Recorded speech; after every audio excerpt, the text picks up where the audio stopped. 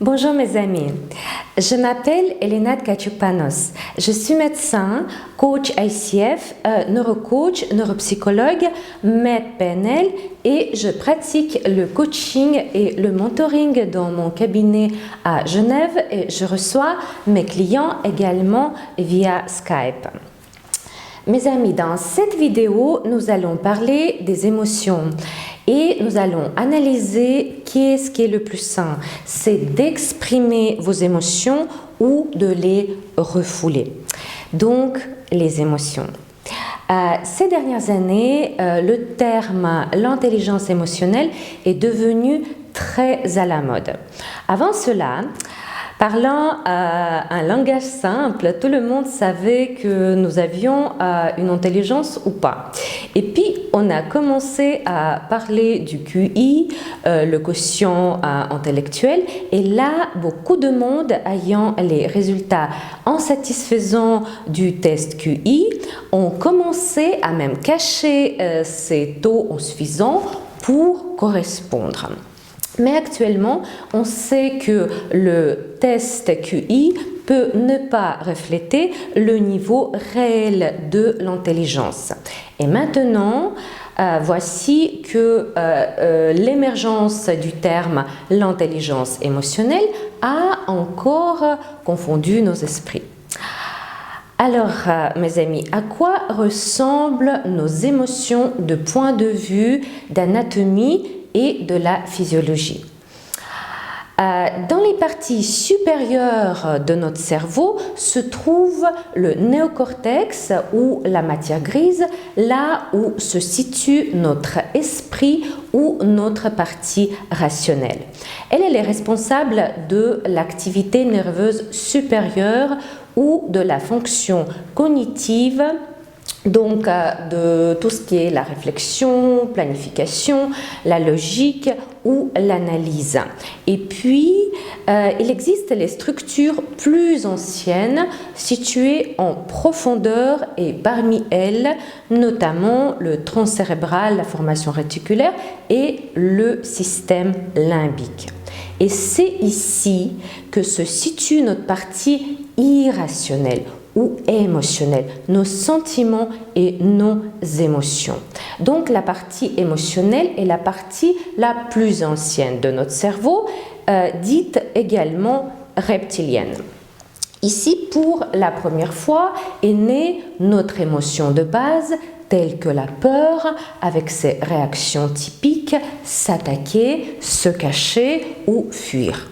Et ici également se trouve la fameuse amygdale qui sert de dépôt aux souvenirs émotionnels et prend parfois le contrôle de l'esprit. L'esprit rationnel surveille nos manifestations, notre inconscient et tente de contrôler nos émotions. Mais si tout d'un coup l'amygdale décide que l'ennemi se rapproche et qu'elle en avait déjà la preuve dans le passé, dans les expériences des réflexes primitifs de ses ancêtres, les instincts animaliers sont inévitables, genre une confrontation incontrôlée primitive avec l'attaque ou la fuite. Notre cerveau est conçu de telle manière que nous avons souvent peu ou pas de contrôle du moment quand l'émotion nous engloutit et que nous ne contrôlons pas de quel type d'émotion s'agit-il. Mais nous pouvons influencer notre réponse à cette émotion, soit notre comportement. Nous avons donc besoin de l'intelligence émotionnelle pour ne pas devenir des esclaves de nos émotions et prendre le contrôle nous-mêmes afin que nos émotions ne prennent pas le contrôle dessus. L'intelligence émotionnelle, c'est la capacité de reconnaître et de remarquer vos émotions. Les remarquer à temps, de les reconnaître leur déclencheur ou les triggers. Qu'est-ce qui déclenche cette émotion en moi? quelles sont des pensées, quels sont ses souvenirs, à savoir donner un nom à cette émotion, sans dire « Ah, j'ai quelque chose qui pique ici, là, ou j'ai chaud, ou j'ai froid ». Donc, verbaliser et décrire vos émotions. Acceptez-les et ne pas les refuser en disant « Ah, je ne suis pas comme ça, je me fâche jamais, je ne suis jamais jalouse ». Et surtout, savoir gérer vos émotions et pouvoir reconnaître les composants de vos émotions. Et faire ceci non seulement avec nos propres émotions, mais aussi avec les émotions d'une autre personne, c'est-à-dire de comprendre les intentions et les désirs des autres. Chez nous, il y a donc 6 émotions primaires que tous les mammifères ont. Ce sont la peur, la colère, le dégoût ou le mépris, la joie ou le plaisir, la tristesse ou le chagrin et la surprise. Et puis, il y a des émotions complexes, comme par exemple l'envie, la jalousie, la honte, la vexation, qui comportent plusieurs composants. D'où est-ce que nous recevons nos connaissances sur les émotions? En rappelant Freud, nous venons tous de l'enfance. Et c'est dans notre enfance que nous avons appris à vivre et à exprimer nos premières émotions. Et nous avons entendu « Ne réagis pas comme ça, modère ta colère, tu dois être une bonne fille, partage ton jouet. » C'est-à-dire, on viole vos limites et vous devez non seulement fermer la gueule, mais donner tout ce qui vous appartient. Ou encore, cette pensée en noir et blanc comme « j'aime, je n'aime pas »,« bon ou mauvais ». Mais il est normal d'éprouver toute une gamme de sentiments et cela ne signifie pas que si aujourd'hui vous détestez quelqu'un, que demain vous ne l'aimerez pas. Des sentiments mixtes, c'est tout à fait normal. Et il est fort possible aussi qu'on vous a également dit « Ah, si tu vas être en colère, ton cœur ne le supportera pas. Beaucoup de colère mènera au cancer, etc. » Et cela conduit à quoi? Au fait que les gens refoulent leurs émotions.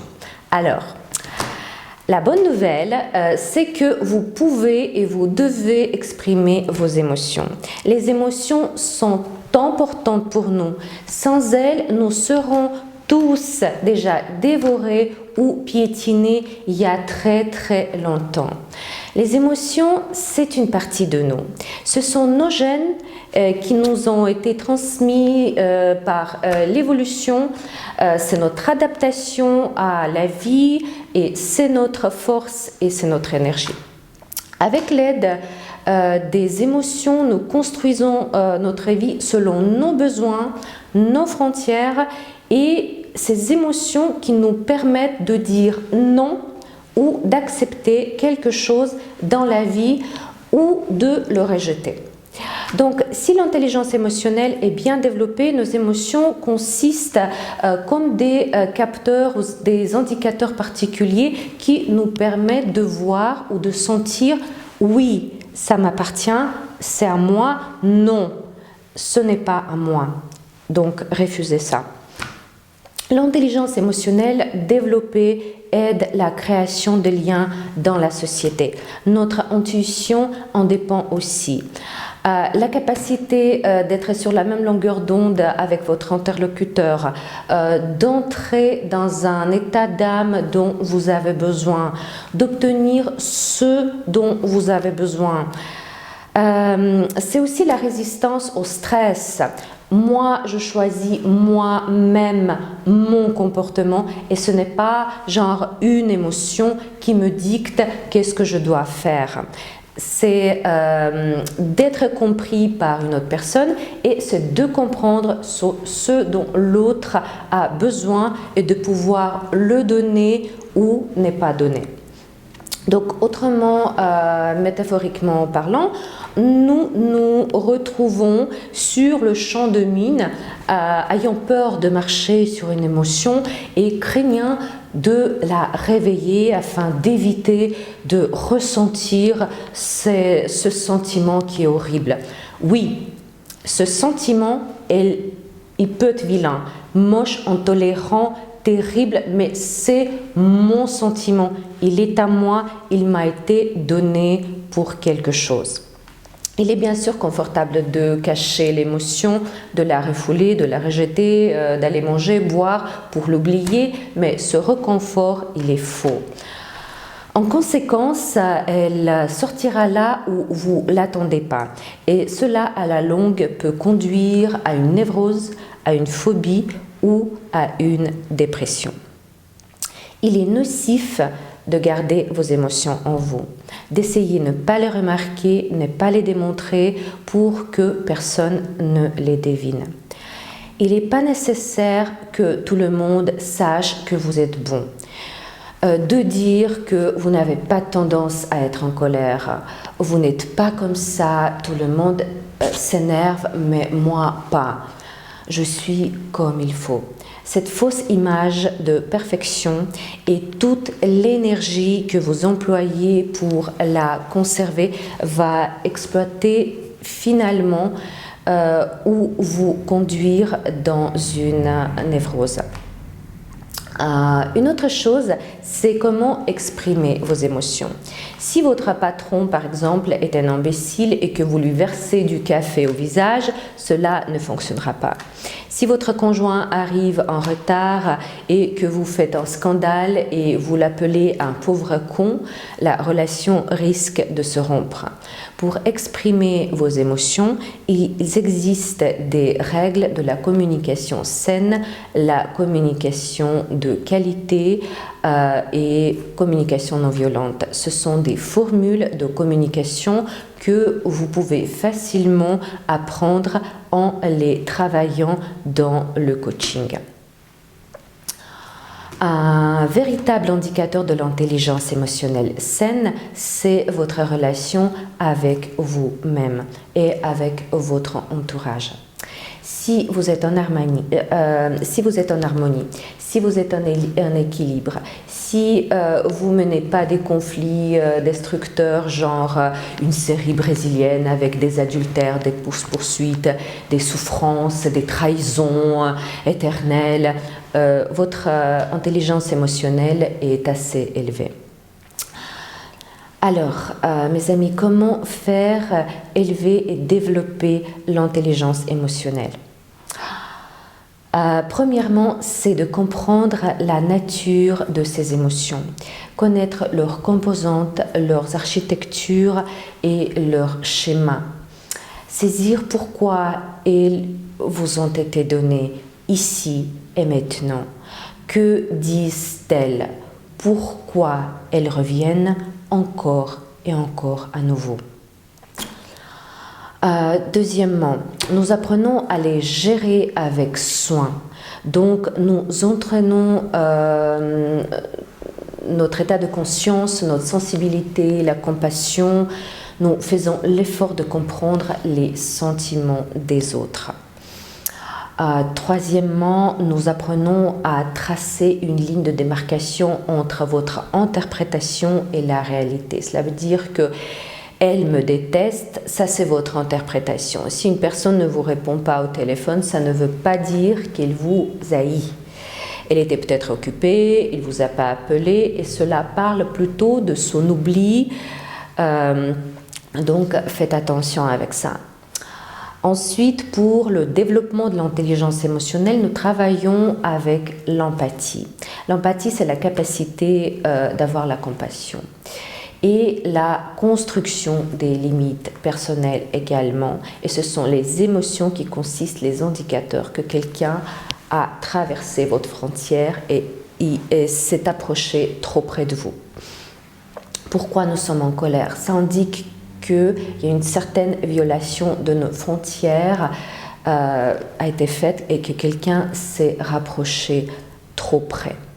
L'intelligence émotionnelle consiste à exprimer votre propre opinion et de ne pas répéter ce que les autres ils ont dit.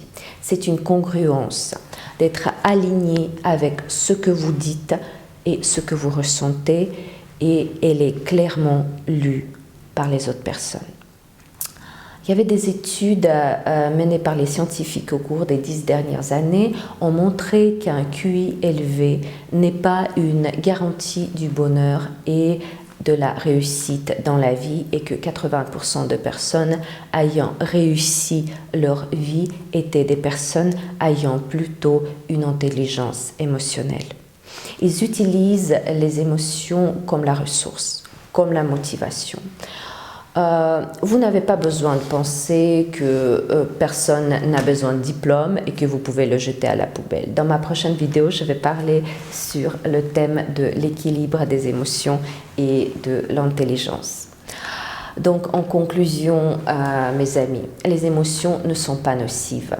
Elles sont utiles, elles sont importantes.